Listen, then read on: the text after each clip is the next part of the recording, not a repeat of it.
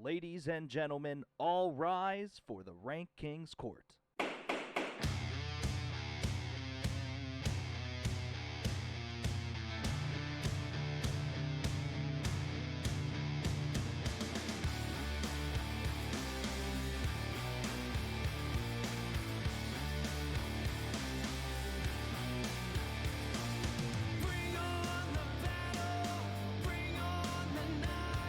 Start up the engines, bring on the fight.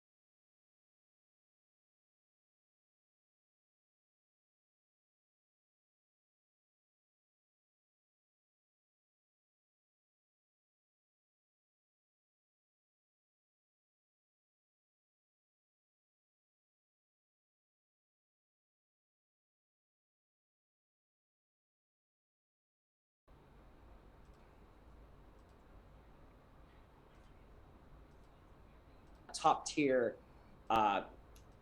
uncomfortable. All right, we should be good. Are we good? For you guys. Okay. Can you hear us, ladies and gentlemen? Deke, Chip in the audience, Greg, who just had state champs just ended, had time to check in. Wonderful of you to do that, my friend. We are here again Tuesday, 6:30 for a brand new topic, a brand new guest. Hi, yes, Deke. Welcome.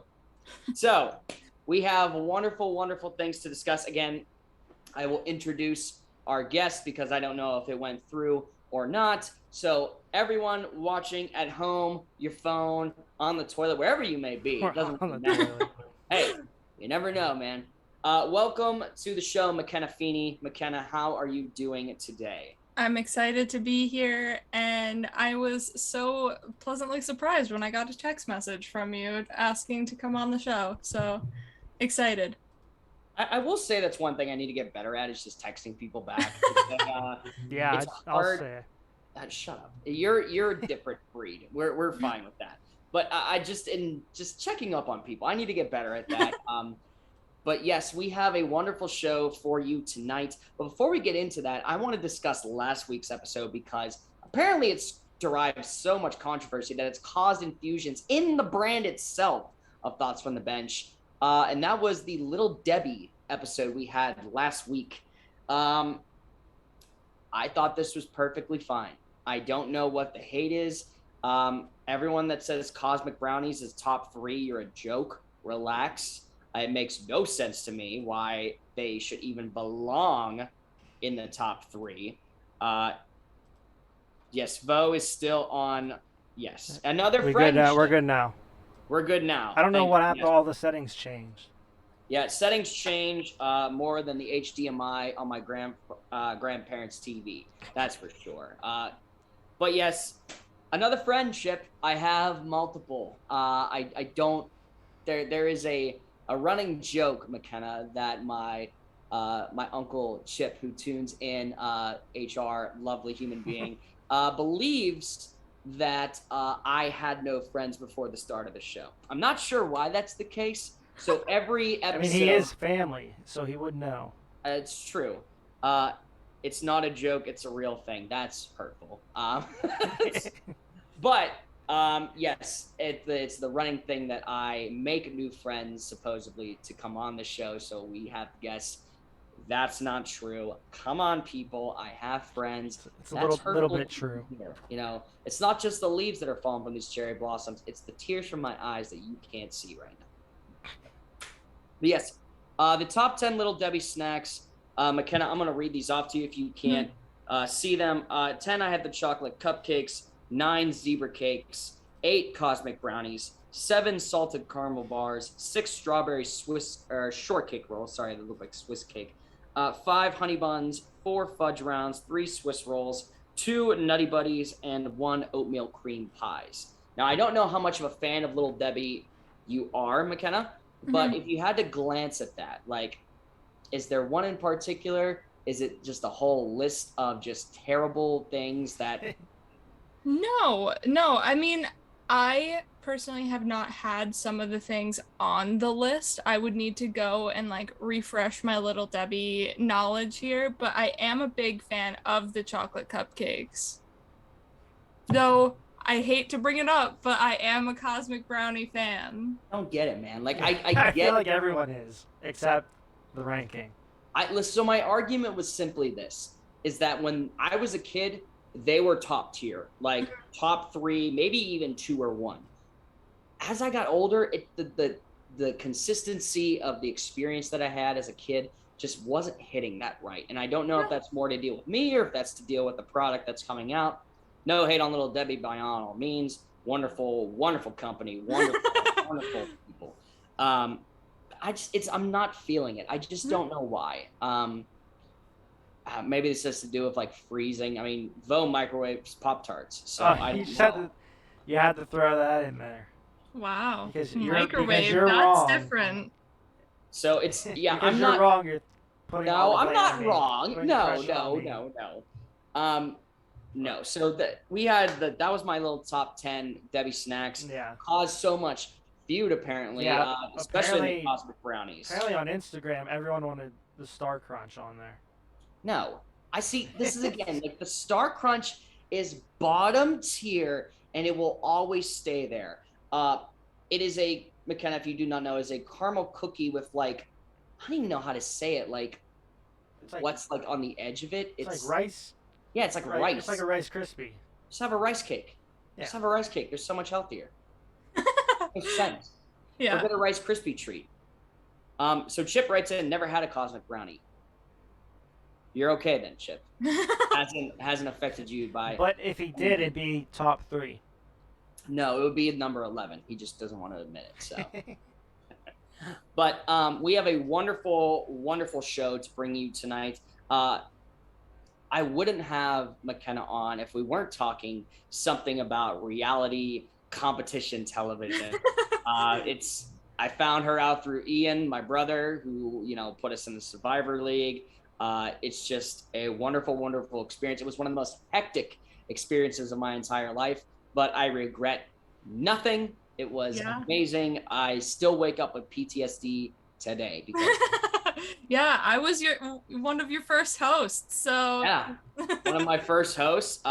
Believe you even had me on your Survivor Fantasy Draft. Yes. Did way back. I when did it started. for your long game. I was like, I can't not cast you for my Get draft. in there, man.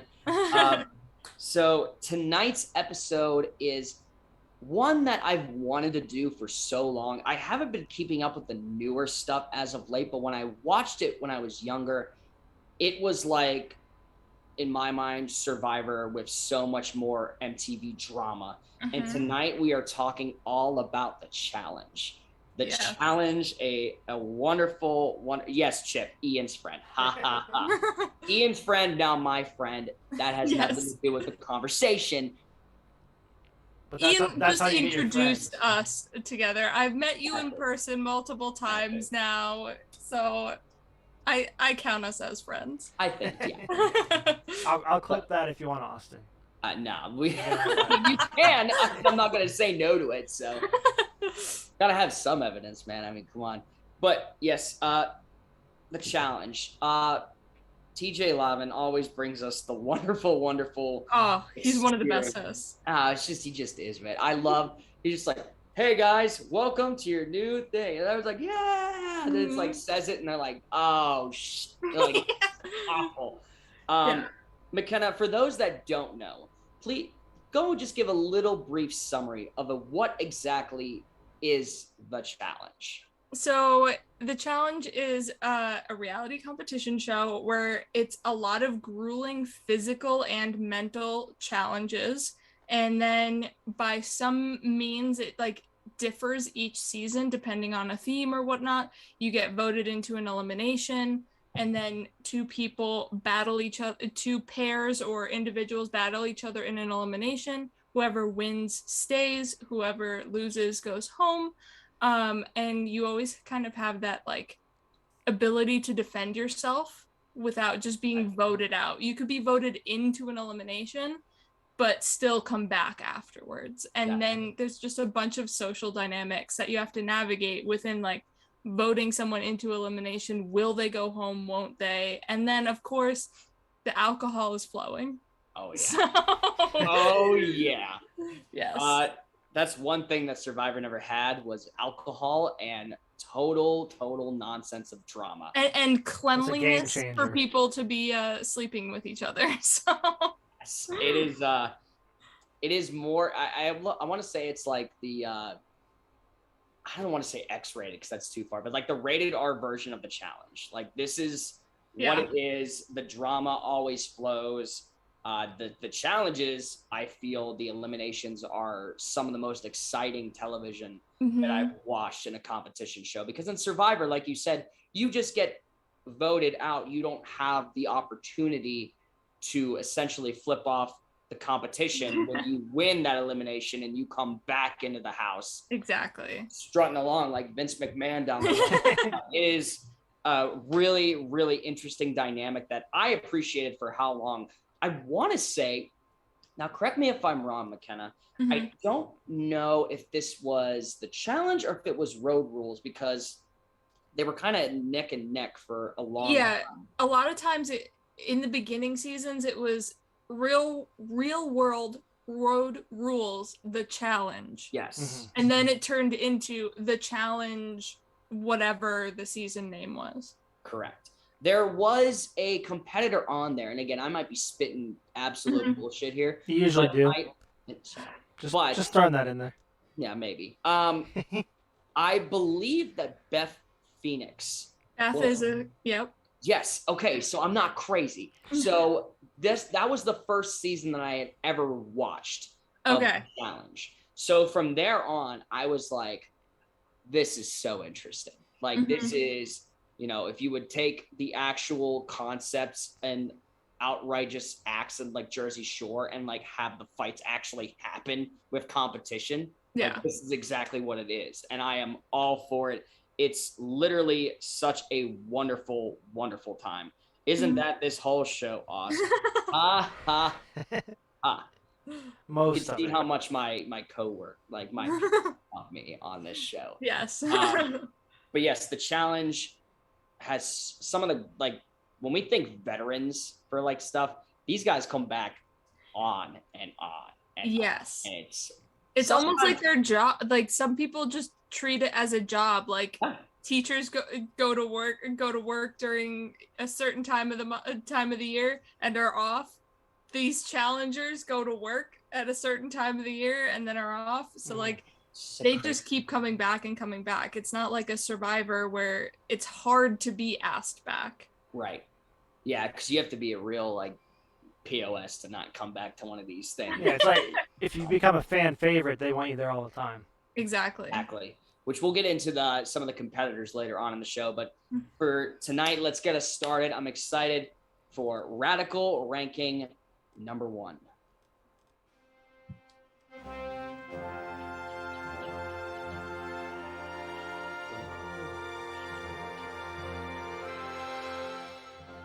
The first Radical ranking for tonight is the top elimination challenges. Now, for those that are wondering, there are 2 challenges normally to every single show. There is a starter challenge, which the groups or individuals, depending on how many are left, will compete to not be thrown into the final challenge, which are the elimination challenges. Some of the most brutal, painstaking physical, like just absolute massacres that I have seen come from these eliminations. And I love how there's always a specific theme. There's a name to this, like every time. One season it was the jungle.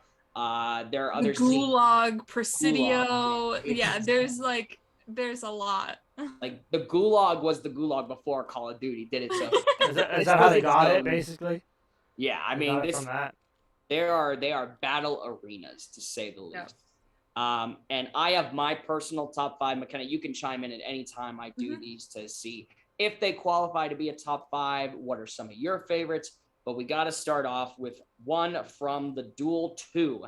This was Anissa versus Siobhan. I was very, very, I mean, when I say like when women don't like each other, these girls hated each other.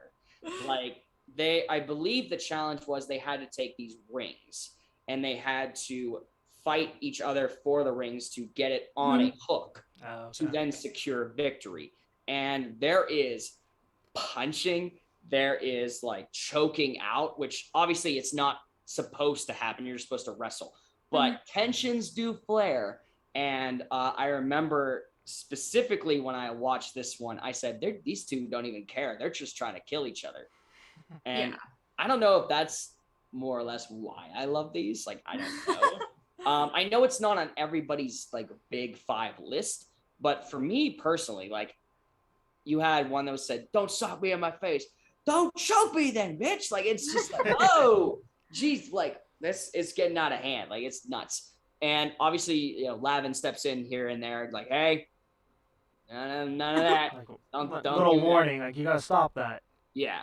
Now, does this generate anything for you, McKenna? Or are there other better ones out there?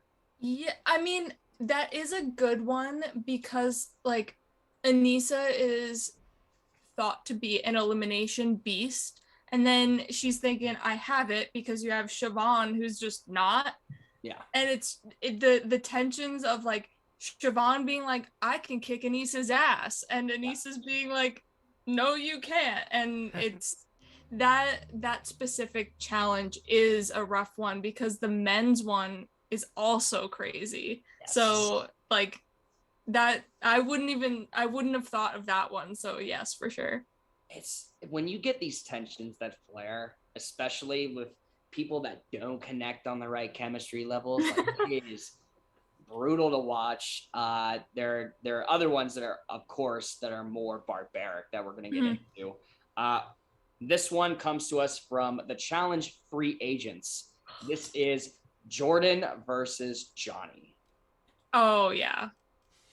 So Vo, I'm assuming, not speculating, Vo has never seen the challenge. Has not I've seen bits and pieces, but yeah. Bits and pieces. Yeah. Okay.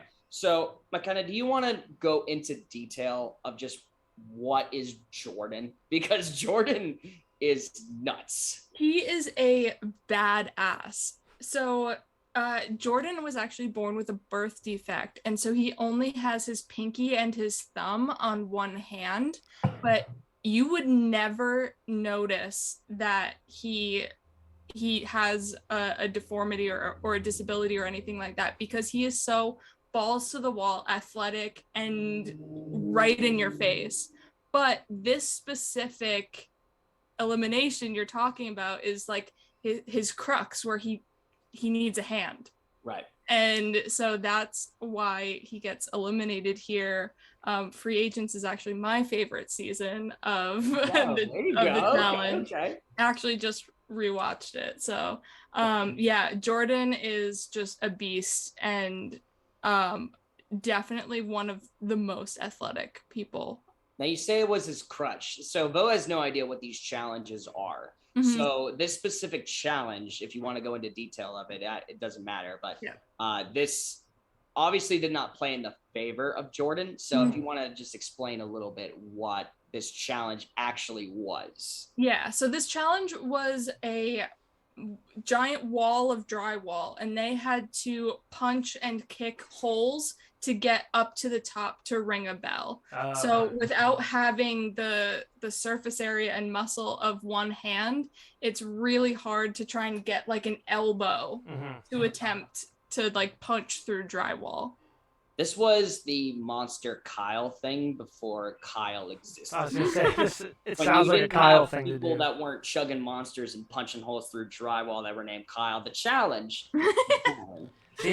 Maybe Jordan should have had a monster before this. Maybe should have. I have no idea, but it was still a crazy challenge to say the least, because no one thought Jordan would have made it that far in the challenge. Was it a close one? So what happened beforehand was Jordan really wanted to eliminate Johnny Bananas. Threw him into an elimination before he came back. And then he wanted to get Bananas into an elimination again and take him out himself. So they had a vote. They voted Johnny in, and they had what was called the draw. And whoever flipped the kill card would go into elimination. So you had a 1 in blank chance. I think it was 3. I think there were 3 cards. For this specific one. Yeah. So yeah, and Jordan just goes, I'm flipping all of them, and sends himself into elimination. Every single card. So he could be the one to take out Johnny Bananas, which he did not, and Johnny winds up winning the season. Yeah, it was it's a ballsy move to say the least. But that's like Jordan in a nutshell. He's just like, I'm gonna do what I want to do, and that's it. Like we said, he's not gonna let a birth defect like slow him down any means, because I would like to call he's like the pit bull of this piece. He's tenacious, but he's also he can be like a nice guy if you get to know him. Oh, of course. He does have that stereotype of being an absolute beast. Yes. So, that was my number 4. This is an interesting one because of just all the context that falls around it. So my number 3 is Ashley and Chase versus Georgia and Hunter, War of the Worlds. So yeah, if you want to go into detail about this one, McKenna, because War of the Worlds is kind of where my gray area is. So I haven't seen the War of the Worlds, especially War of the Worlds 2, because we will get into it when we talk about our rankings later.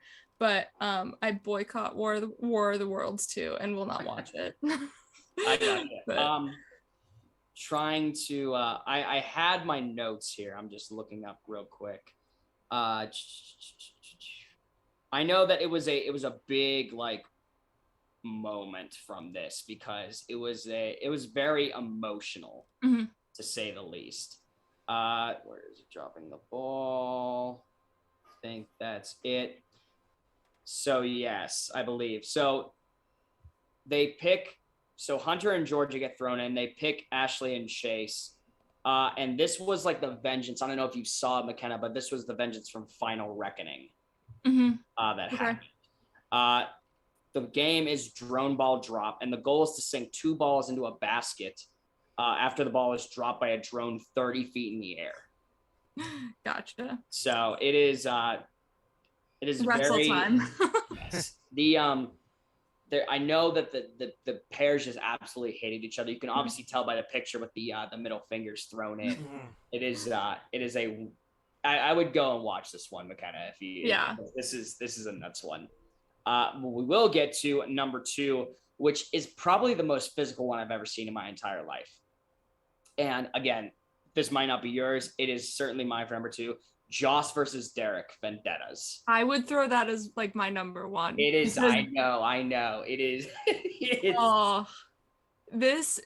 So Derek comes in as a mercenary, which is essentially we want you to only vote one person into elimination, and then we bring someone from outside to verse you. So Derek comes in as a mercenary to verse Joss, who is in the season.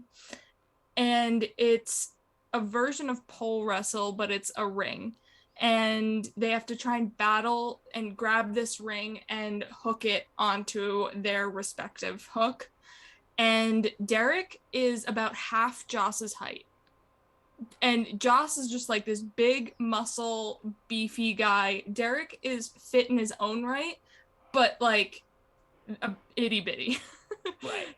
And he's an animal when he gets into any physical elimination, and just they go, I can't remember the time, but they go for it's long, like hours.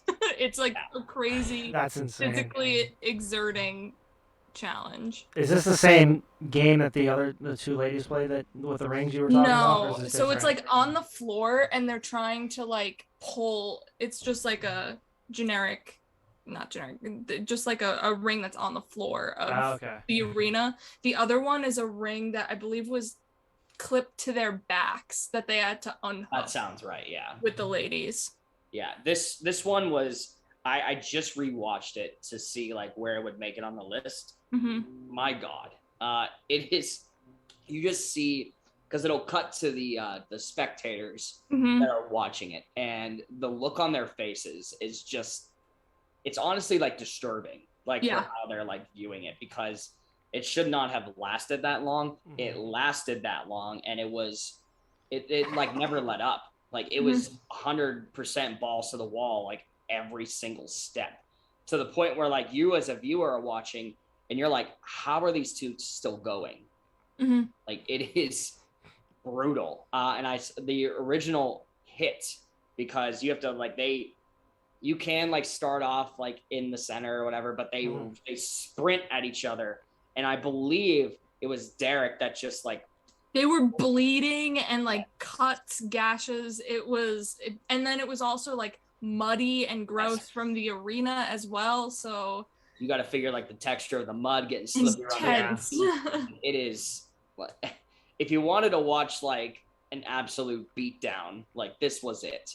And I know that a lot of people would probably put it as my one. Yeah. But Before you get to number one, Deke has some comments here. He said he met Derek on a Spirit flight. He was going to the CrossFit Games in Pittsburgh, and he told him he was on a very short list of people who ever recognized him. Wow. Look at that. Look at that. Love Derek. Must be a He's Derek one fan. of my favorites. I mean, Derek and Derek, like, of course. Of course he's going to recognize him. Exactly. But that's dope. I didn't actually know that, Deke. That's awesome. It would be my number one, but it's the emotional portion of this. It's something that we haven't seen in how many years of the challenge that's been on. We're going to talk about this later, but my number one, Wes versus Johnny. Total madness. Yes, this is an interesting elimination because the trick with Total Madness was you had to go into an elimination to get your red skull to qualify for the final. In other seasons, you could like escape not going into elimination and make your way to the final of the challenge, but TJ was like, nope, not this season. So Johnny wanted to get his skull, Wes wanted to get his skull. But the thing is, they finally, for Total Madness, were like, we're going to secretly actually work together because everyone thinks we hate each other. Right. And they pull shit. Total madness. Yeah, it was total madness. I believe Wes was the one voted in, and then Johnny was like, I want to be in this elimination too. And versed Wes, and that was it.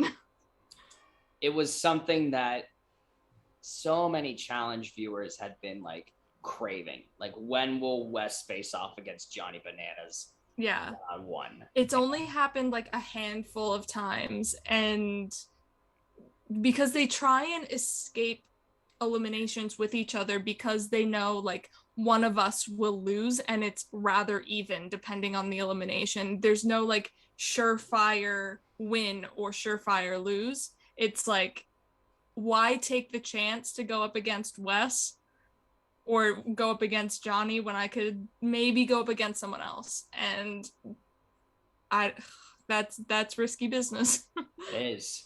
It mean exactly why it has to be my number one, because I know you could go with the more like painstaking physical route of just how brutal it is, but the psychology behind it too is where it comes into play with this. And for me, of course, it's my number one. I these two with other characters have been like my solidified characters for years when I've watched the challenge. Of course. So seeing these two finally, duke it out was very interesting to say the least. Yeah. Deke says he doesn't disagree with any, but wow, CT not making a single one is wild. So we're going to talk a lot about CT. Banana Backpack was not on the list? It's honorable mention. It might be somewhere, it's which number is why, 6. Yeah, it might be number 6. It is somewhere, which is why it's not on this list. All right. Oh, but it is there, and I promise you we're going to get to it because it is time for Radical Ranking number 2.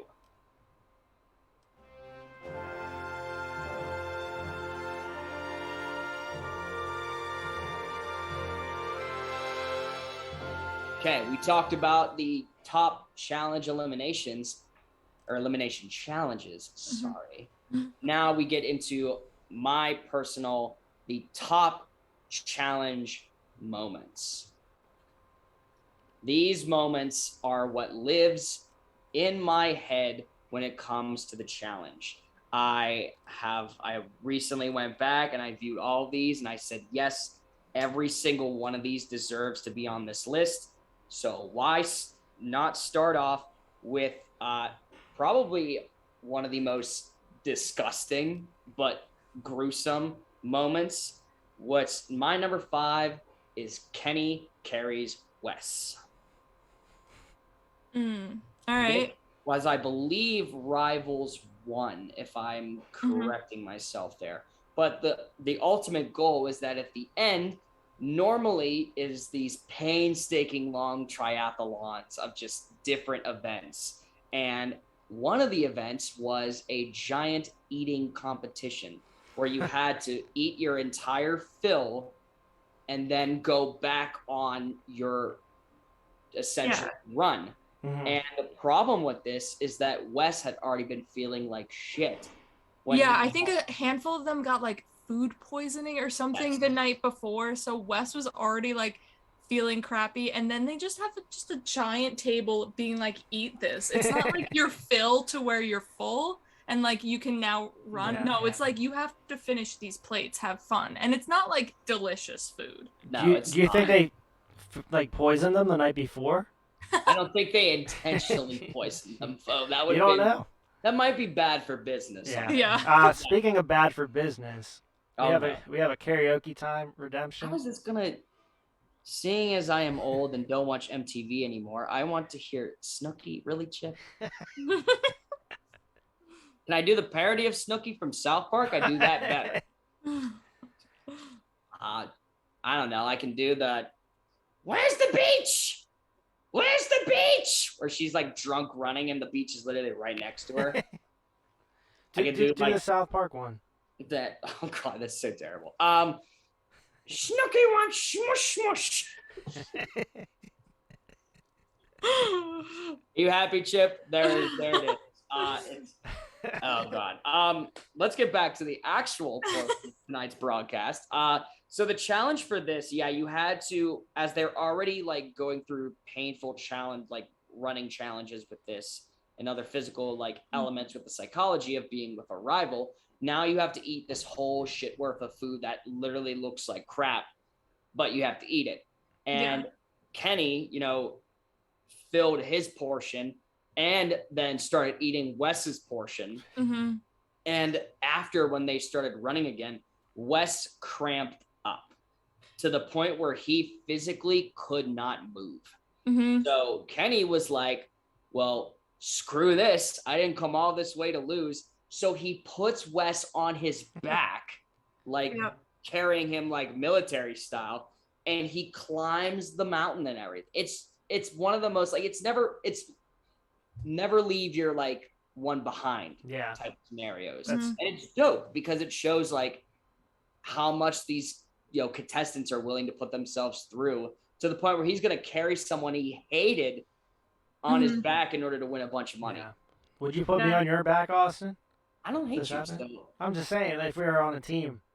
I mean, I doubt that the person with asthma and maybe a little bit overweight should be carrying someone else. Maybe it'll be the other way around. I'd put you on my back. I'll like cramp up literally like 3 minutes into the run. I'm not in the best. I'm picking a different teammate. Yeah, maybe. But 100%, it is my 5. This is where it gets crazy. Better known as the harness, but I put in here number 4, the Mormon killer. This was that's what it was. All right. So if I remember correctly, I want to like get my notes back here a little bit. The harness, the challenge.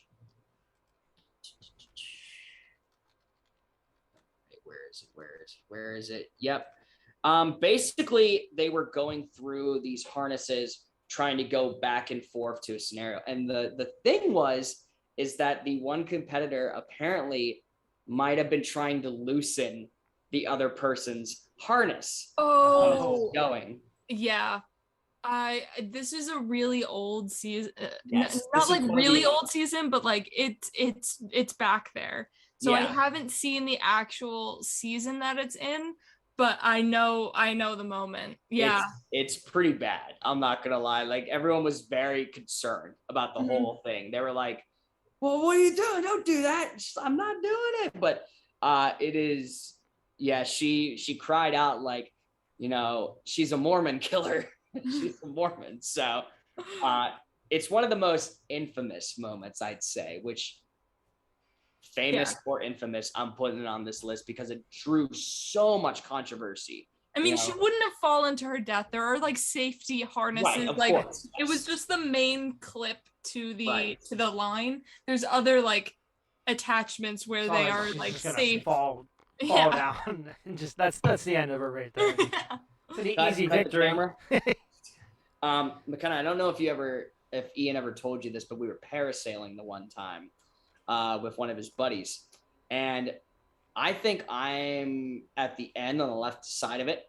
And his buddy goes, "Hey, look," and like puts his thumb like right where the thing was to keep me there.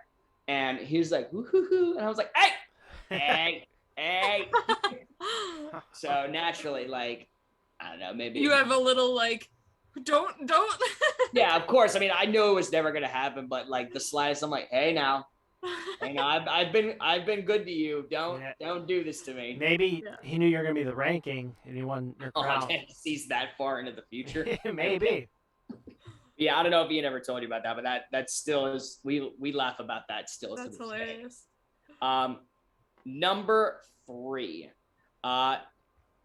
This is the backpack. This is banana backpack. This is the banana backpack. So this was CT versus Johnny Bananas. And Vo, to give you context, they are strapped to each other's, like it's back to back. They're strapped. Back Off Me, I believe is the name That of is the actual thing of that's the actual name of the challenge. Yeah. And their goal is they have to wrestle their way to their own side. Okay. Once they reach their side, they have to like kick a barrel over or something, or like knock and they'll win. So CT fuming. Like you've never seen it, but he comes in as a mercenary. We're Exactly. back to the mercenaries. So CT's fresh-faced, not had to deal with any of the challenge BS, and is like, "All right, Bananas, you're going into this trash can." Yes. And what ends up happening, which again, if you never saw it though, but CT is one of the most aggressive human beings I'll ever meet. Just massive human. yeah. Sounds like it. Beefy, tall, like he is intense. And he is a very aggressive person. Mm-hmm. And what ends up happening was as soon as that horn is blown, Johnny tries his hardest. He like shakes from side to side, and CT with him, with Johnny on his back, stands up on his own 2 feet and Hulk walks all the way over and then turns around and throws Johnny into the barrel. Like it's brutal to watch because Johnny is no slouch when it comes to competition. Like he is. CT has so much more weight on Johnny. Yeah. It really just comes down to weight, where Johnny could not move CT at all, and they start on the ground, like back facing each other, backs against each other, and then just have to like pull each other in their direction. And the fact that he stood up with Johnny like flailing and just marched him over to his side. So it wasn't even close. He just it just happened. It was boom, absolute over. slaughter. Yeah. We would call that in wrestling a squash match. It was bad. Think of the equivalent of thoughts from the bench. Let's say that, I don't know, let's go Derek and Smalls, and it's this competition. That's what it is. Like you would pick up Smalls being shorter. No offense, Smalls, we love you. But I'd be in the same scenario too. So I'd throw myself in as a substitute. But it would be that where he would just cross over and like straight up knock. It was one of the most, because again, no one expected CT to be the one to knock Bananas out of the competition. Mm-hmm. Yeah.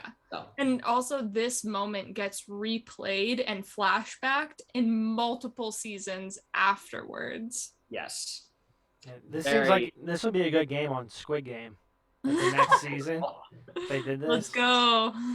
But instead of the barrel, you're just throwing them off the side. Like, I'm ready for it. Let's go to my number 2, simply entitled DM's Moment. This was when DM had just come back from her round of chemotherapy to do her first challenge competition. And for those that did not know, DM had worn a wig. And in order to do this competition, she needed to remove said wig. And she always felt like very like, I don't know if uncomfortable is the right word, McKenna. Self-conscious. Self-conscious, because she didn't want to feel like she was in like that vulnerable state. Yeah, or like less feminine, less of a woman. So Exactly. like, yeah, she is one of like the most remarkable, I think, challenge competitors that was on the series. She unfortunately lost her battle to cancer, but she was constantly on the show while she was in remission, while she had just like, yeah, I have ovarian cancer, but I'm still doing this. And she was just like the most badass person just to do the challenge. Yeah. And I think correct me if I'm wrong, but every single one of the women wore a swim cap in like support of it. I don't know if that's exactly correct or not. I haven't seen the season. I know the moment, and because it's talked about multiple times, because they do a 3 seasons that are Battle of the X's. Yeah. So CT and DM were X's, so they've referenced this moment. It's like an amazing moment between CT and DM in that season where they first met each other, and he's like, you can do it, you can take off your wig, you're beautiful. And it's just this amazing moment between them that is captured, and it deserves to be this high on your list for sure. Yeah, and Deke says the main reason he fell in love with DM fell in love with Derek was because their partner season. DM and Derek's partner season. Yep. Yeah. And finally, at number 1, it's regarded as one of the most infamous moments in challenge history. And I didn't know how to phrase this, so I simply titled Johnny Takes the Money and Runs. Oh. So was it Rivals or Rivals 2? Rivals 3 this happened. Oh, this is Rivals 3. So yeah, Johnny and Sarah are competitors and partners for this that absolutely hated each other. And I believe it was because what happened the last season in X's 2. Yes. Where Sarah chose to throw Johnny in an elimination so she'd have a better shot at the final, but her and Jordan were working together in like lockstep with Johnny and Nani, but she wanted to have a better shot at the money and chose to put them into an elimination, which they ultimately lost. And after that, like Johnny just like didn't forgive Sarah for that move. And then perfect, we're doing a rival season. Let's pair Sarah and Johnny together, which is lethal in its own right because they are like badass competitors together, and it's like putting them on a team. And then at the final challenge, what you could do, you had the option of whoever like won between your pair, you could take all of the money and run. So they started with 3rd place. Of course I'm not going to take it. They completed their part of the challenge. They did their thing. They helped me get here. Couldn't have done it without them. 2nd place, same thing. Couldn't have done it without them. Johnny Bananas, one of the most ruthless players. I'm taking the money. Yep. And Sarah, who won the season with Johnny, $0.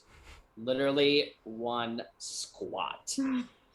Imagine putting all this effort and time and all these painstaking challenges to come up with nothing. Mm-hmm. It was one of the most heartbreaking moments. Yeah, I sometimes just skip the end. Like once they finish the final, I just like, all right, I'm done. You don't want to see that again. Yeah, it is tough to watch Sarah after that because she all these things that she had to pay, and she couldn't do it then because she had no money because of that. Yeah, and Johnny thinks it's like, okay, thinks it's similar to what she did last year, right. But I think it's different when you're like playing the season together. Yes. And doing the whole season together. Mm-hmm. Like he couldn't have done I mean, he's a great competitor, but like depending on his partner, couldn't have done as well as he did without Sarah. They were constantly never up for elimination because they were winning a lot of things. So to rip it away from her at the mat is like, I don't know. It's a little shifty. Yeah, it's hard to talk about, but that's why it's one of the most crazy moments of the show, because you would never have thought, because the relationship between them with their challenges was getting better with each challenge that they won. So you thought that the water was under the bridge, like by that point between the two. And Johnny sticks the knife in her back Basically, at the last literal second. Yeah. Miss Morgan chimes in and says, "Here's Johnny." Yeah. Perfect timing for it. But he essentially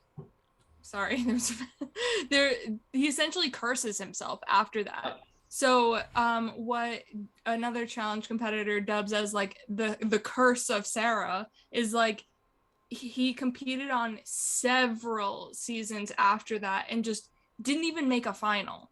He just would get eliminated, lost eliminations, and never made finals until he came back for season 35, and that happened in 28.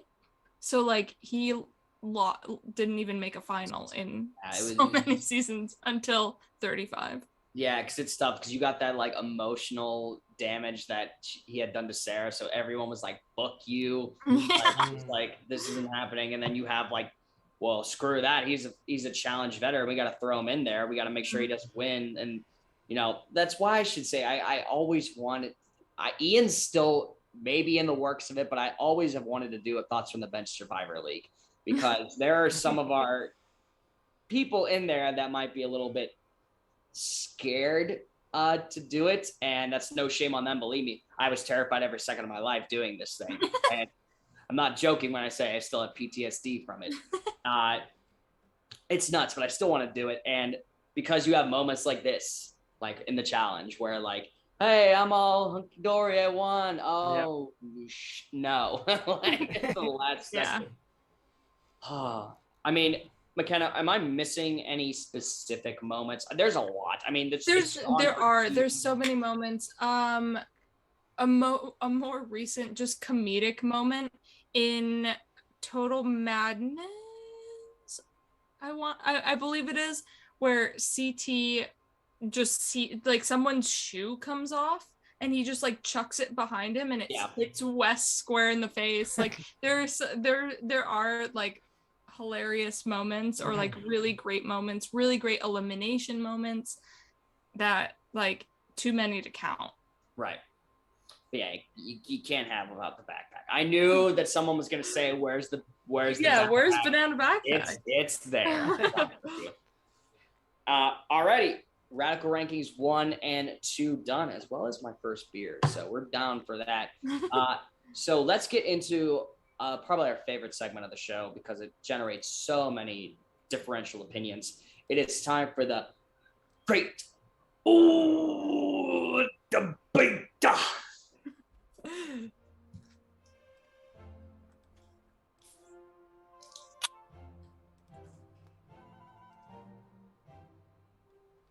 The Great Debate, which I was like a little like wondering what I should do.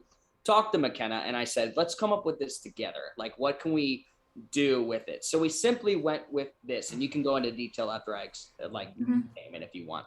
But the Great Debate, Team Wes or Team Bananas, because these two are always at the rival of pinnacle perfection between the two. Some would say CT. I think that the rivalry and the tenacity between Wes and Bananas is so much more fun to watch. Yeah. Because they are just two big social, strategic, physical masterminds, and they just never gelled. The way that their play styles just didn't work, and they're like, F you, no F you, and it's kind of, whenever they're on a season together, it's who's gonna strike first, and is it too early or is it too late? It's all about we talked about the right time. Yeah, we do this whenever like the Survivor comes up, of when is the perfect moment to strike. And that's an interesting thing, because for those that don't know, when I played in the long game for McKenna for DCP, I was very low to the ground. I never wanted to make a move until I absolutely had to. I was perfectly fine with hiding in the shadows rather than putting myself out there right at the get-go for for people to essentially pile on a list Yeah. of things that You they don't want might to be an easy target.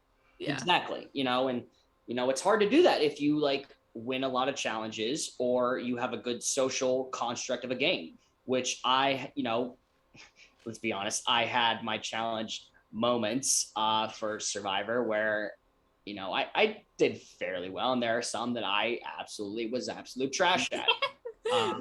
It's shameful of me, but I had the glorious notion of a strong social game. Yeah. I always was the one talking to people, trying to include myself very, very readily, but I would always also be the one to be like, what's going on for you this weekend? What are you doing? How's your life going? Like, rather than talk game, which is why I think people, when they do these things, when they go further into talking about game right away, people automatically suspect that you're trying to pull them along. Whereas I, lure them in, as I say, and talk to them in that sense, it becomes a better social construct to then, if you screw up, you're not fearing for your life that you're going to be eliminated because you already have established a good social boundary between people.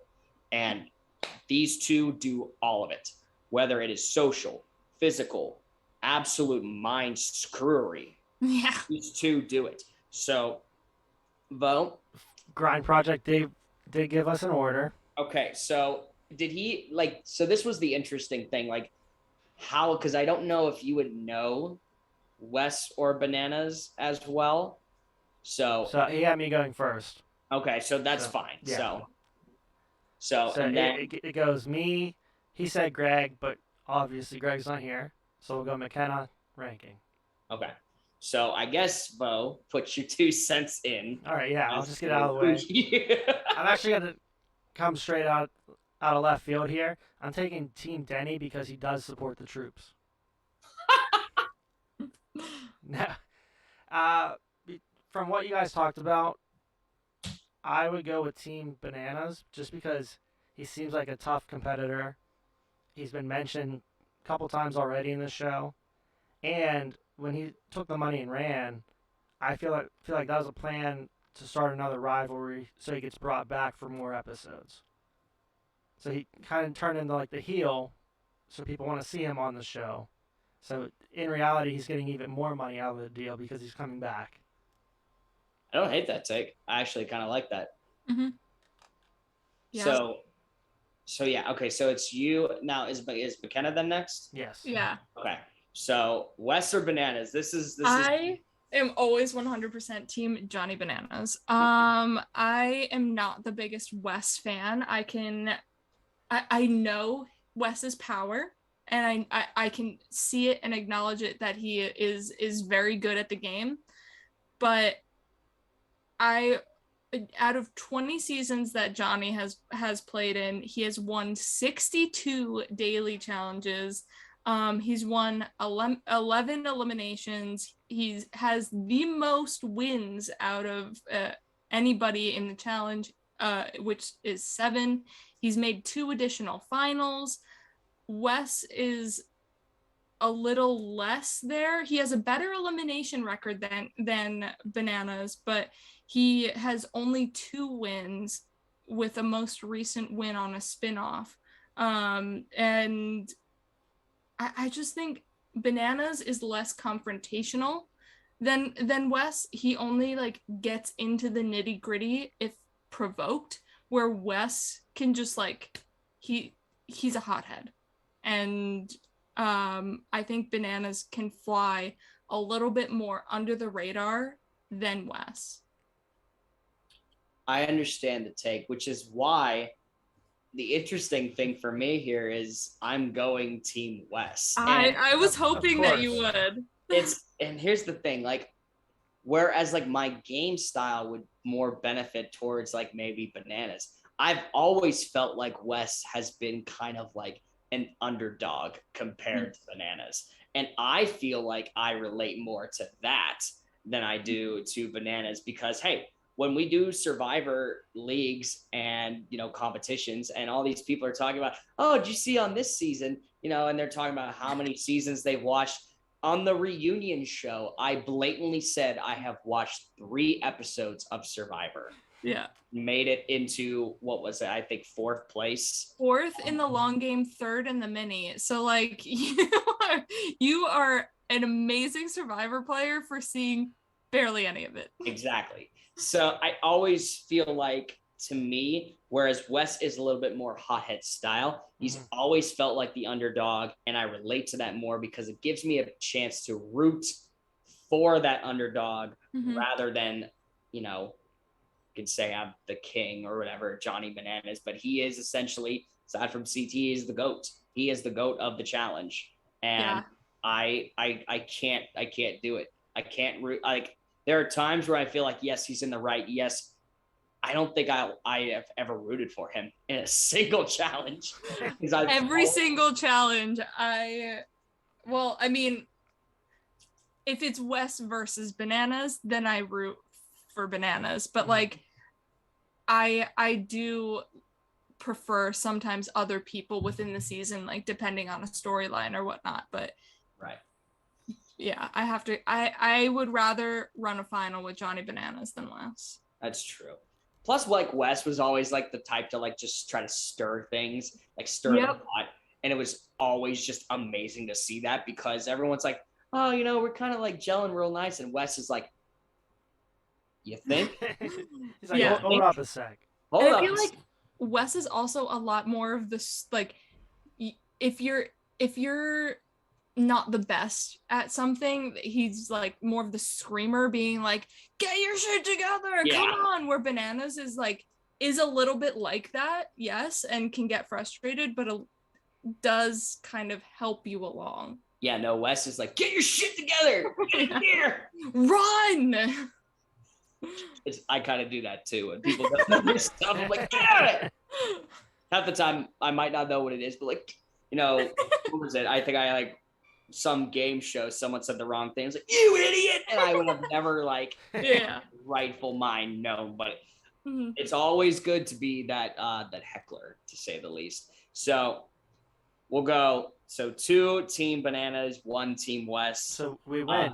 No, that's not how that's that how works. It wins. You're outnumbered. How that works. So, but I mean, who, to you watching, the viewers, are you Team Wes? Are you Team Bananas? Are you a team that's completely different from the 2?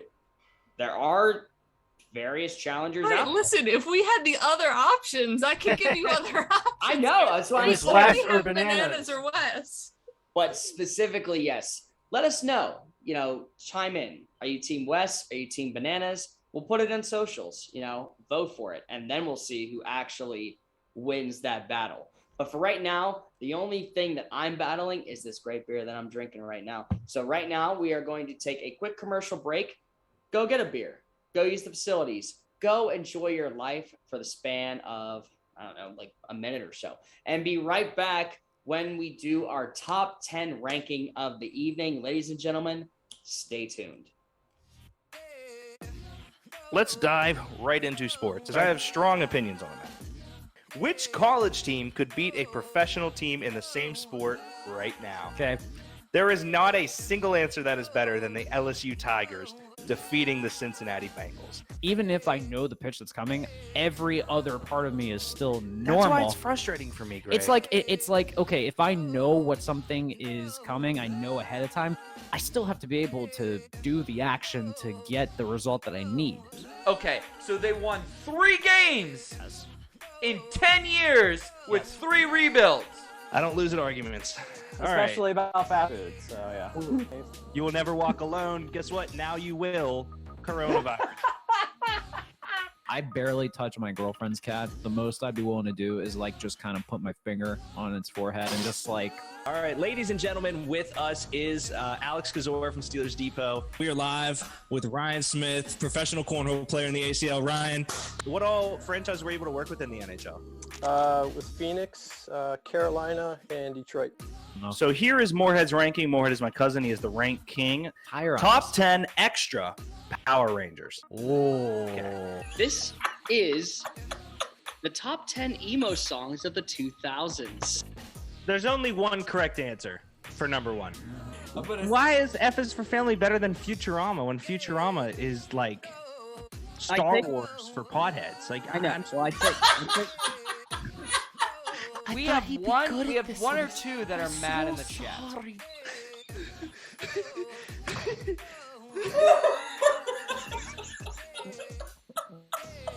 You're welcome for that. Okay, we're gonna get banned.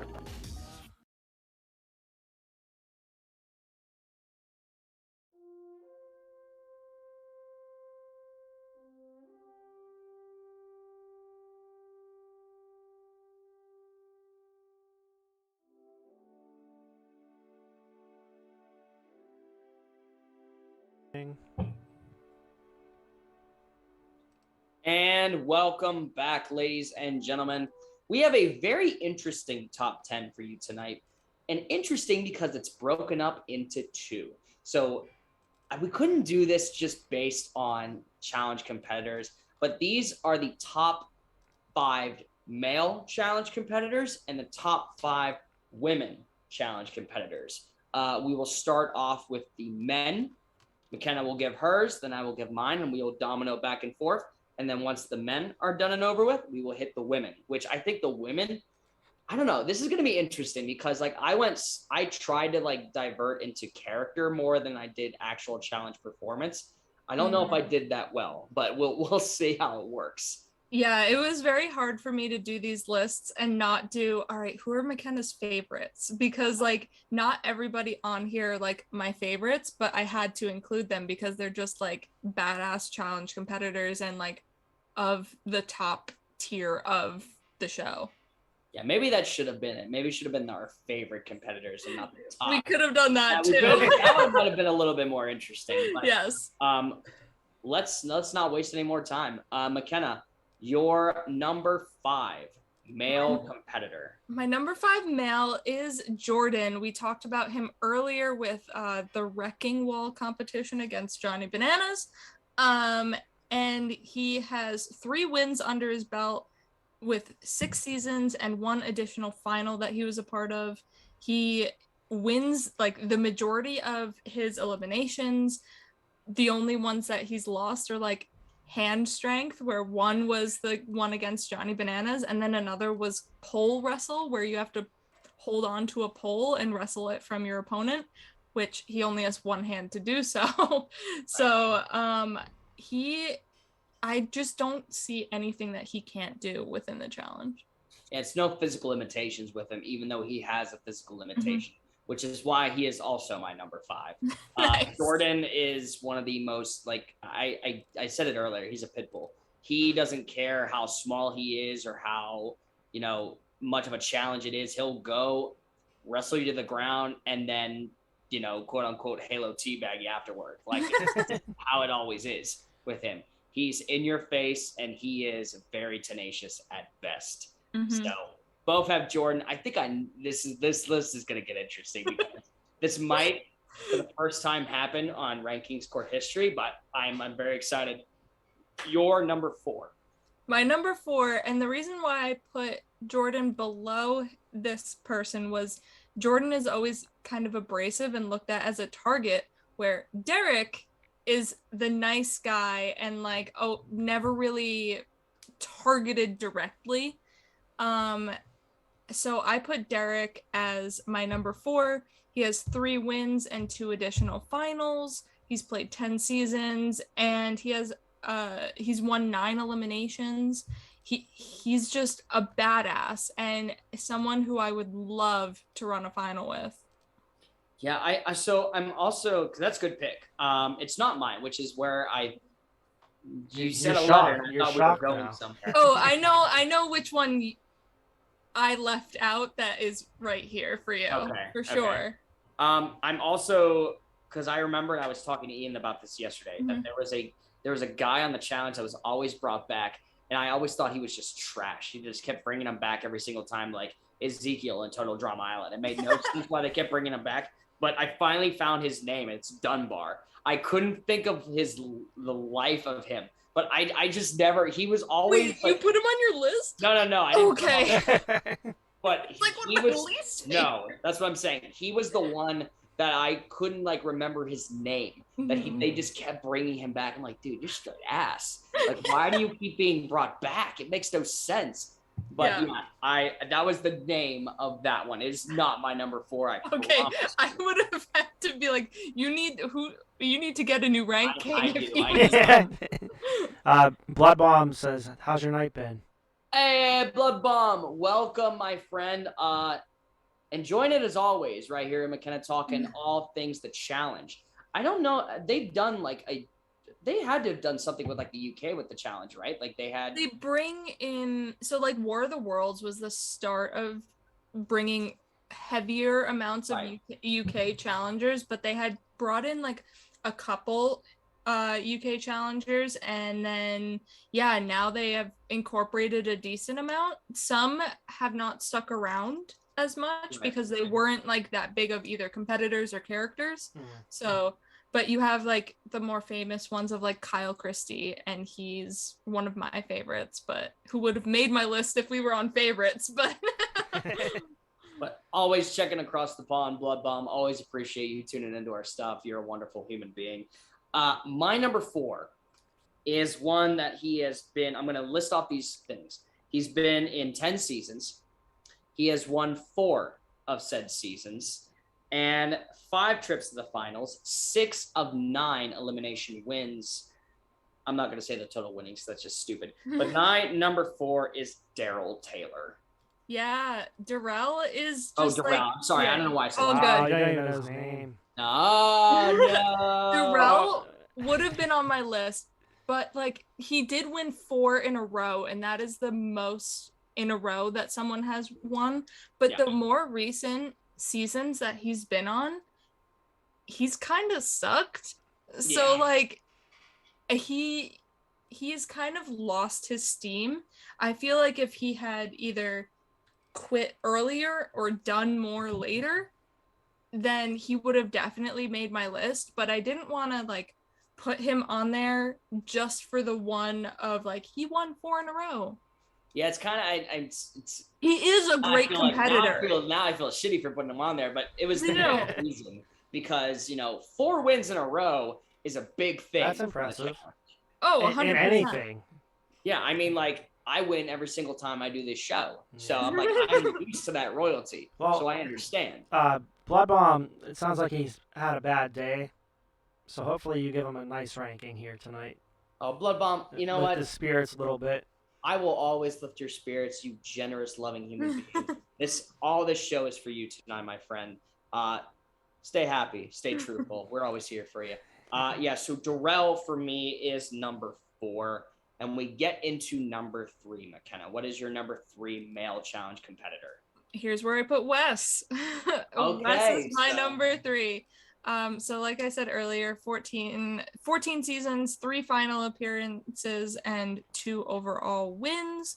And how could you not win with CT as one of your partners? But of course. That's just 1A, 1B. His elimination record is he's won 14 and lost 9. So like pretty good odds that he's coming back from elimination. He's a strategic mastermind. He ropes in the newbies where a lot of people want to vote them out. He likes to use them as votes later on. So he's very good at the game, but he does have his flaws. So this is where it's interesting. I don't have West on this list. Oh. I don't. Whoa! But you picked him in the great debate. I did, but I wanted to stay a little different. And here's why. Something that's so interesting to me is my number 3, and that's why it's Landon. And here is why. Landon has been in 4 seasons and won 3. Yeah. So I wanted to put Landon on my list, but I've only really seen like 2 seasons with Landon, and like he's not that big of a character that you pay attention to a lot. So I didn't want to like put someone on my list that I couldn't like back my shit up on Landon. Like he is very good, and he won with someone in Fresh Meat 2 that nobody thought would make it past Exactly. day 3. Like the fact that he was able to get her to win the challenge, and his social politics are very, very good. He plays the middle and rides it all the way to the finals. So yes, Landon is a good pick. It's underrated to me, I'll say this, because someone who plays that middle, I completely understand. Because I played the middle. Yeah. I understand it. I ride it and I ride the wave until I make my move. But here's the thing, Landon is a physical freak. Not only saying, like I said, 4 seasons, won 3. He's had 3 trips to the finals. So those 3 he's won. Yeah. And he's had 5 of 6 elimination wins. Pushed his partner, I believe this is what you're talking about, McKenna, but he pushed his partner up the side of a mountain. Yeah, he was just like, all right, just keep going, going. And yeah. I know, believe me. And you think of all these accomplishments, well, he should be number 1 if he's had a 75% chance of winning. It's the character for me that does it a little bit, and that's why he's a little bit lower. He doesn't have that spark that a lot of all these other characters, which we talk about winning versus character. How is that going to play the part? Definitely with this. I mean, he's a physical brute, but never would I say it's because he's dynamic. He knows his role and plays it to a T. And that's the smart thing about him. And that's why he's my number 3. Yeah, Landon is a good pick. So my number 2, Johnny Bananas. There he is. There he is. He's a great player. Has I want to say the most season appearances, because 20, I think. Yeah. 20 out of 37. Yeah. So he's very good, but my number 1, I feel like, just inches him out performance wise.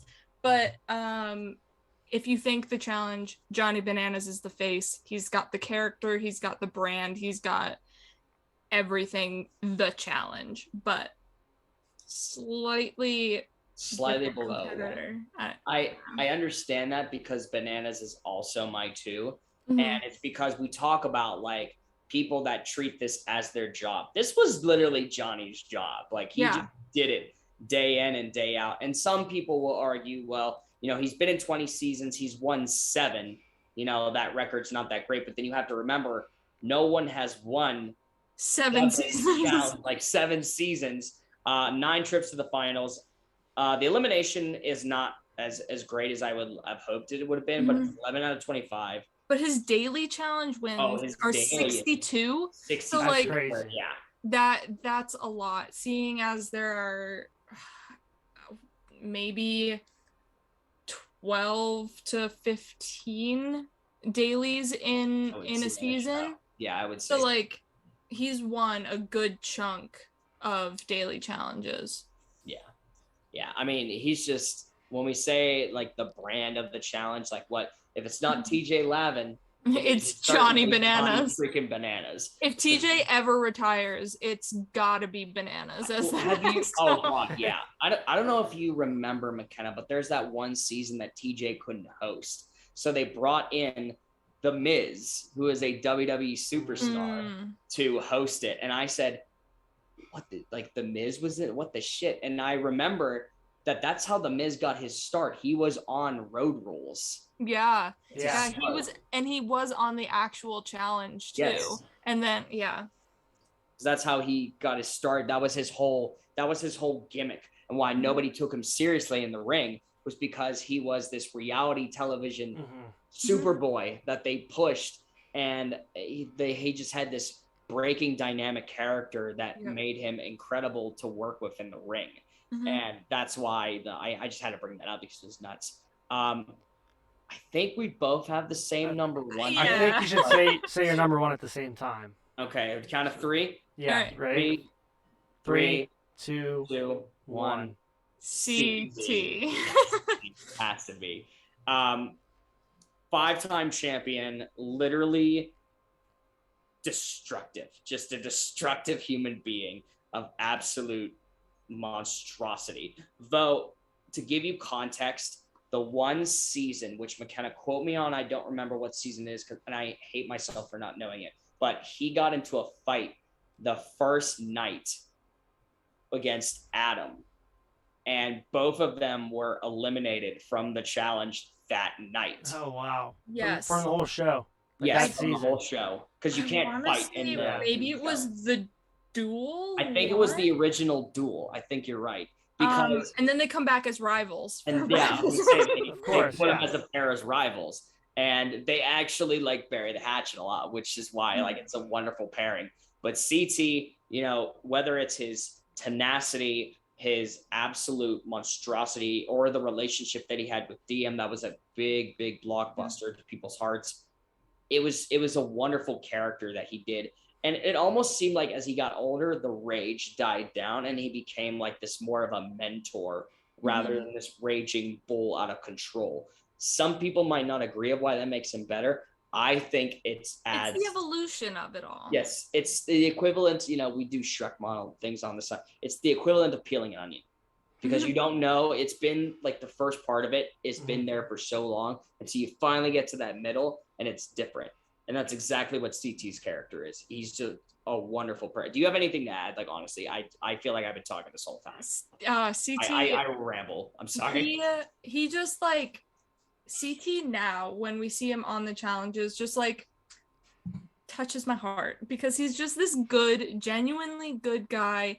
He does it for his son. He like wants to get money for him to go to college, and he is just this tank that like everybody's afraid to go into eliminations with. That's why they just don't throw him in unless like you need to go into an elimination. Then he usually has to take the opportunity to throw himself into an elimination because no one wants to give him the shot to beat them. No one ever wants to go up against CT. And he has had an upset in an elimination where he lost to Jay from Survivor, where Jay is just like this toothpick compared to CT. And after losing that elimination, CT was like, all right, I got to get back in shape. Yeah. And then ripped like back in, I'm going to beast everything. And then like came back and won the next 2 seasons. The character of him is just so phenomenally expertise. I just enjoy seeing what he's gonna do next. Yeah, he's just like this guy from Boston, has the accent, and it's just like he mumbles through everything too. He's just like, you know, I'm gonna like do this and do that. I think over there I'm gonna beat him. It's CT. I'm happy that our men were different. The women. I think this is where we're going to very much maybe talk about 5 different women, but who knows? I'm hopeful. I'm very hopeful. Because now it's time. The men are done. It is time for the top 5 challenge women competitors. Number 5, McKenna. What do you got? I am going to go with a newbie here who has proven herself within the 3 seasons that she has done. I'm going to go with Casey Clark. Her original season was Big Brother. And you never really get a chance to see someone's competitive ability in Big Brother because the challenges and competitions are like stand on a wall or like balance on a shovel. Like, all right, great. Then you get to the challenge, beat the living.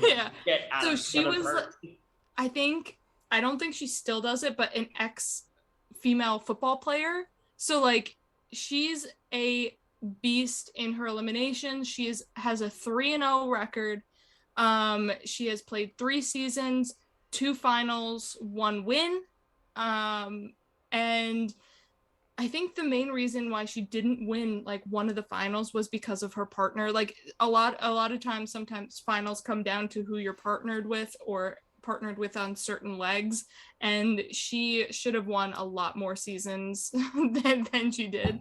She is a very strong competitor and someone nobody wants to face in elimination. That's why she's only been there 3 times, especially in her rookie season, which if you don't know the challenge, they throw in all of the newbies whenever they get the chance, and nobody wanted to go against Casey ever. So. Yeah, it's pretty bad to the point where like that's what it was. It's like the veterans would just offer the rookies up as like a tribute to all the veterans together at the end.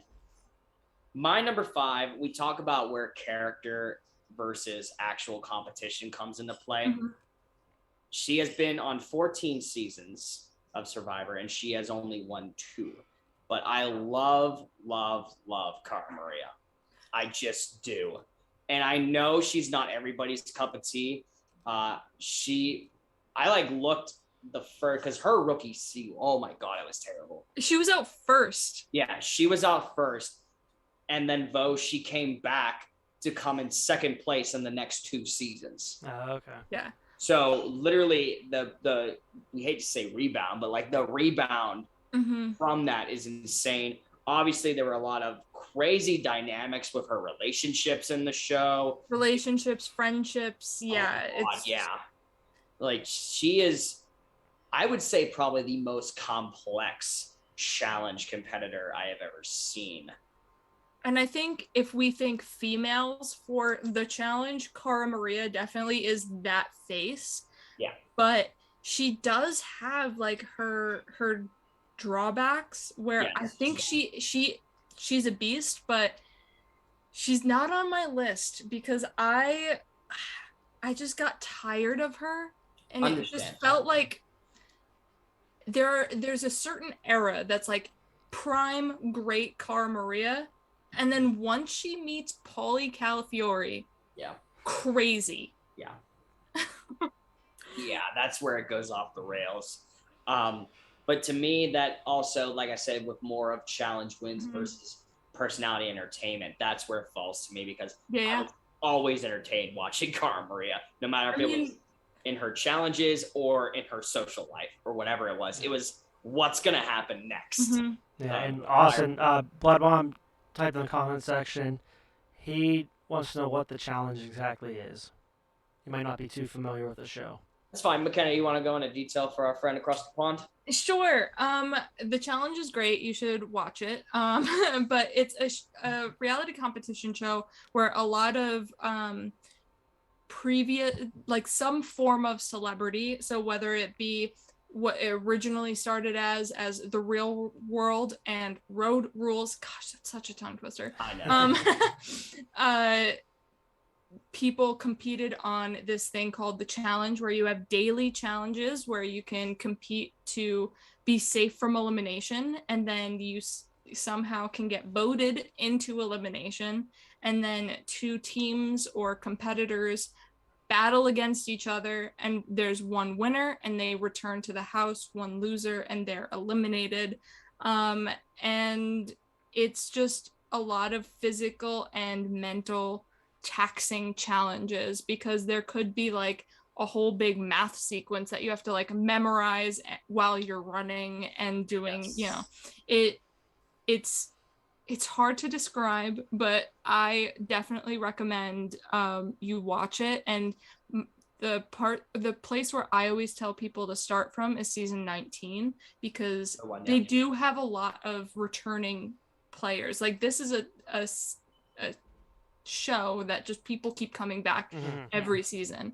But 19 is fresh meat too, where they introduce a crop of, nobodies essentially, where this is where we get Cara Maria, who winds up to be one of the most well-known challenge competitors. So it's an intense show. If I had to say a Blubum to try to make it simple, if you've ever watched Survivor, it's more physical and it's more you can save yourself. Yes, and you can save yourself. It's also more dramatic, but not saying Survivor isn't any of those things. I want to shout out that Blubum also gifted a tier 1 sub to Doritos Locos Tacos. Nice. Appreciate you watching the show as well, my friend. We're glad that you're now officially subbed to the channel. Cara Maria, I understand she's not everybody's cup of tea, and she's been around for how long? I just always feel like I'm entertained by her, but she does have her drawbacks, which is why she is 5 for me. Yeah. All right. Well, my 4 is Ev Smith, or Evelyn, but she mainly goes by Ev. She has played 7 seasons, 3 wins with one final appearance. And she is just, she is old school challenge beast. She hasn't appeared on like really any recent season past, I want to say Rivals 1 or 2. That's probably where it stopped, I think, was Rivals. And she was just well known for getting shit done. She is a beast, and people in one of the seasons backstabbed a person in their alliance to get Ev on their team because they wanted that guaranteed win. Yep. Because they knew if she was on the other team that there was less of a guaranteed win. Yes. I love it, which is why she's also my number 4. Oh, yes, there I we know. go. I know. She's just a badass. Like, honestly, I want to that say visor. She always, her God. like iconic thing is she always wore a visor. I want to say she's what I describe for football terminology. She was the Calvin Johnson of the challenge. Calvin Johnson, McKenna, if you did not know, he was a receiver for the Detroit Lions, and he retired very, very early in his career, essentially at the top of his game, which is exactly what I believe Smith did. She was at the top of her physical performance, and instead of trying to battle more, she took a step and was like, I'm okay with what I've done. I'm okay with it. And I mean, correct me if I'm wrong, but I believe the most wins out of any female to compete on the challenge. I think that might have been broken. I don't know if that's exactly 100% correct. I'm just reading off my notes here. So I'm not 100% sure on that fact, but it could be true. I mean, 3 wins. She had 26 daily wins. Yeah. So like none of the people on my list here have more wins than her. So okay. It's very interesting that we both have her at 4 then. Yeah. I'm interested to see where this goes then, because you are now up with your number 3. My number 3 is Sarah Rice, the one who got her money stolen from us. So I have Sarah here. She is the reason I put Sarah above Ev was Sarah is always so determined, gung-ho, never gives up. I'm here to compete. Where one of Evelyn's seasons was just a shit show, and she was like, they forced me to go up against my best friend. I'm out, and kind of quit it. But Sarah is she's a puzzle genius. She's physically fit and can take care of like the physical portions of the challenge. And she is definitely a female that you want on your team and not against you. I will say that. I will say she is not my number 3 though. All right, good. All right. Diversity. My number 3 is Laurel. Way too low. Listen, I know. I understand. Believe me. Though, for context, Laurel won 2nd place in not 1, 2, but 3, her first 3 seasons, and then she won her 4th season. I know I have a special place in my heart for Sarah, where she is why she might be a little bit higher on this list. But Laurel, for me, was always interesting because of her dynamic. Again, we talk about, character. Her dynamic with Cara Maria was always so lightning in a bottle. Yeah. I was like, where is this going to go? Talk about seasons she's been on 6. She has won 1 season, 4 trips to the finals, but she is an elimination beast. 9 of 11. 9 of 11 in elimination wins. Pretty solid. I want to put an asterisk there. So, yeah, please do, because that I was wondering if you were going to go to that, but please do. So there was a weird thing that happened in War of the Worlds 2, and this is why I boycott it. Laurel goes into the 3rd elimination here against someone named Ninja, and it's a climbing thing. They have to put a certain amount of pegs in holes, but there is an unclear hole for where to put a peg, and Laurel puts it like at the top where she thought it would go. TJ blows the horn, but then they like check the quote unquote tapes and are like, this is wrong. And then Ninja kind of just sprints and like fixes it, and Laurel's like, oh, whoa, and then tries to fix it herself. But the horn was already blown. There should have been some sort of reset or something like that, where it was just kind of spur of the moment. Oh my God, I'm going to fix this. And not a real like reset of an elimination. Do it again. This way people know where exactly this peg is supposed to be.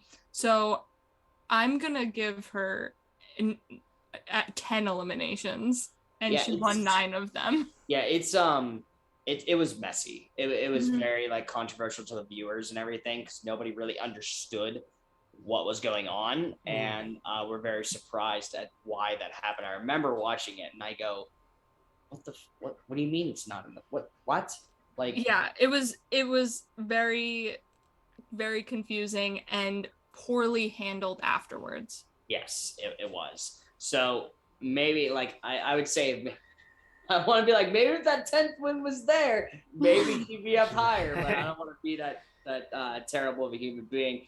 But you know, she was always just such a beast. And again, I love the dynamic between her and Cara Maria as friends, as rivals. It was just freaking awesome. But yeah, at my number 3. Yeah. Well, my number 2 is Emily Schramm. She's played 3 seasons and has hit 2 finals with 1 win. She's 5-0 in eliminations. She is an older school competitor that is just that I personally would love to see brought back and see her in like the new format of the game, and just see her beast things again. She's another one of those female competitors that everybody's scared to be up against in elimination. Like, ooh, can you throw in the weaker team instead of like this team? That'd be great. Like, so she's my number 2.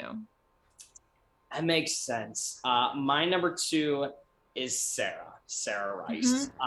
She like, I feel like what you have said already dictates of why, like, I mean, when we think kings, queens, royalty, she is the puzzle queen. That is literally what she is. And part of me wanted to put her a little bit higher than my last person because of the incident with Johnny Bananas and how I felt for her in that moment. Like, I was like, here, take my heart, take my money. You can have whatever. Here, take my number 1 spot. Please do. It's just not there quite yet. But Sarah, like we said, we've run through 9 seasons, 2 wins, 5 trips to the finals, 6 of 8 wins. Like, she is more as badass as you come. And I also am a sucker for tattoos, so I enjoy them. Yes. That might be a little bit why she's Love that. Yeah. Sarah, I think any placement on this top 5, I think they deserve to be on the it's a shifting thing. Like, anybody in these top 5 female challengers could go anywhere except for my number 1, which is I like how you did that. Laurel is my number 1 female challenge competitor, and my favorite challenge competitor ever of all time is Laurel Stuckey. Like we have talked about, 6 seasons, a bunch of second places, but not due to her own performance. It's been due to other people hindering her from winning the game. She was stuck in a team format. She was stuck with a partner. They just didn't work out. And I guess, yes, that is the game. But once she was able to be by herself, finally by herself, that's where she gets the win in Free Agents. And she is really tall and really muscular, so it's hard for any other girl to go against her in any form of physical elimination, and she's just a powerhouse in this game. Yeah, we talk about powerhouses, and Who we got?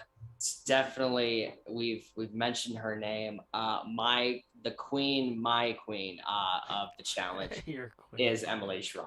It's just I mean, I can't argue with that one there. Those like it's like the one bitch in the house you don't want to with. Honestly, like as soon as you get on her bad side, you have one bad night of drinking, you approach her, you think, you ate it, and you're gone. You're literally like gone the next day. It's the equivalent of like bad mouth and Vince McMahon in like the back. Like as soon as you say it, boom, you're gone. You're gone. 3 seasons, 1 season win, 3 trips to the finals, 5 of 5 elimination wins. I mean, she's as badass as you come, dude. I mean, I love Emily. I remember because it was because around like these were like around like the same time, like all these women. So it was like really hard for like different dynamics to like kind of hold. Which one did you want? Which one did you hate?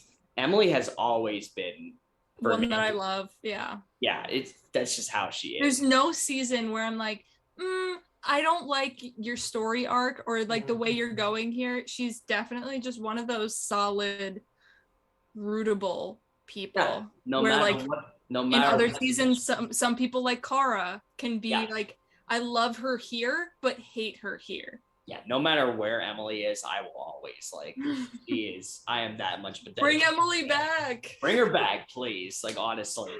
That's good. I'm glad that we had some differentials. I'm glad that the ones that we had weren't exactly where exactly the others were supposed to be. I love the dynamic. I love this differential part of the rank, the top 10. We've never done this before. So McKenna, you blossomed through here with that. I just didn't know how to compare these girls versus these guys. Yeah, as soon as you start putting that in, like, you know, you're like, oh, this you're putting women here at the bottom. That's why I'm like, no, that's literally not. That usually happens here. No, it does not. On his rankings, all the time. No, it does not. He forgot Wendy's on a fast food. Doesn't ranking. matter. It's trash. It's trash. Wendy's is trash. Blood Bomb's interested in the show. Yeah, definitely go for it. Start season 19. Yeah, I would. Where can you find the show for people that are interested? I don't know across the pond, but Paramount Plus is where I go. So they had a couple on MTV, right? Yeah, MTV. Yeah, it's an MTV show. So like, they had a couple on Netflix originally. I don't know what happened to that. They were older seasons. They were older seasons. So if you wanted to start older, maybe go to Netflix. But yeah, but there's only 2. Yeah, I would completely agree with McKenna. Start up with Paramount Plus. 19. That's exactly where you want to start. It has the right amount of character development. It has the right amount of specific veterans that are brought back. Drama. And then enough people where like you don't need to know the start of Darrell or like the start of these people. It's an easy like introductory. Exactly. What a show. This was very, very amazing. McKenna, thank you for being on, and for the next couple of minutes or how long you want to be, I am giving you this platform to plug as you will what is going on in your life. What do you do? Let the people of the RKC know, what is McKenna. McKenna is Survivor, though we did talk about the challenge. So you've had guests on here before. Ian Moorhead, Alex Trias. They are all part of Dynamic Character Productions, and we host online Survivor games, whether it be a mini, which Austin has played one day, or a long game, which Austin has also played 39 days. And you can find us everywhere, either DCP_org or Dynamic Character Productions. Other places you can find me, I podcast for the Specialists Patreon. So if you want to hear me talk about the Challenge USA or Survivor, you know, I'm over there. Yeah, it's pretty much me. Right, Blood Bomb said, "Well done, McKenna." Thank you. No, he doesn't compliment too many people. Especially that Deke guy. Oh yeah, what was he? Yeah, not him. always go follow all of McKenna and Dynamic Character Productions, all the things that they do. They are a wonderful, wonderful organization. Their minis, their long games. Like I said, I've been a part of both. They've been both very different in their own ways, but also very entertaining in both of their own ways. You will lose your sanity. Long game. Although but we'll gain friends in the process. Yeah. So it's like, Greek life, you pay, there's friends here. I can say that because I'm in a fraternity. But for this, you pay with your sanity and you gain friends along the way. Luckily, exactly, it's fine. I lost mine a long time ago, so I didn't have to worry about it. But their stuff is all over the place. Their socials, YouTube, everything of what they're, if you want to go see what they've done in the past when it comes to games, their YouTube is the way to go for that. All of their new season airing August 1st. There you go. New season. Check it out there, guys. Dynamic Character Productions and McKenna Feeney. Wonderful, wonderful to have you on the show again, my friend. Thank you. Did you say Feeney? Like, yeah, like George Feeney? Like McKenna Feeney. Come on now. She's her own person. What the? It's a cool last name.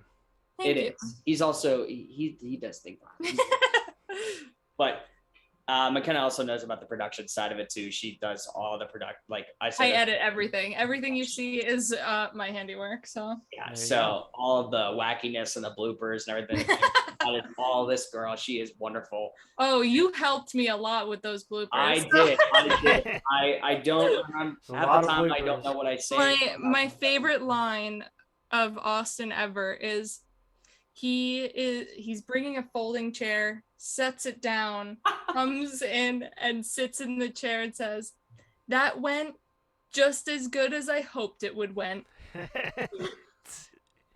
Sounds like our ranking. And I proceeded to lose every single challenge after that. So maybe I should talk less. I don't know.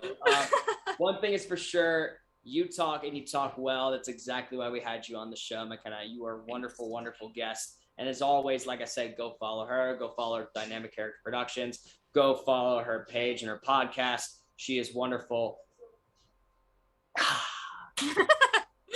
Just a great show. I love talking people up. I should be everybody's hype man, honestly. I really should. We should get you to hype everyone up.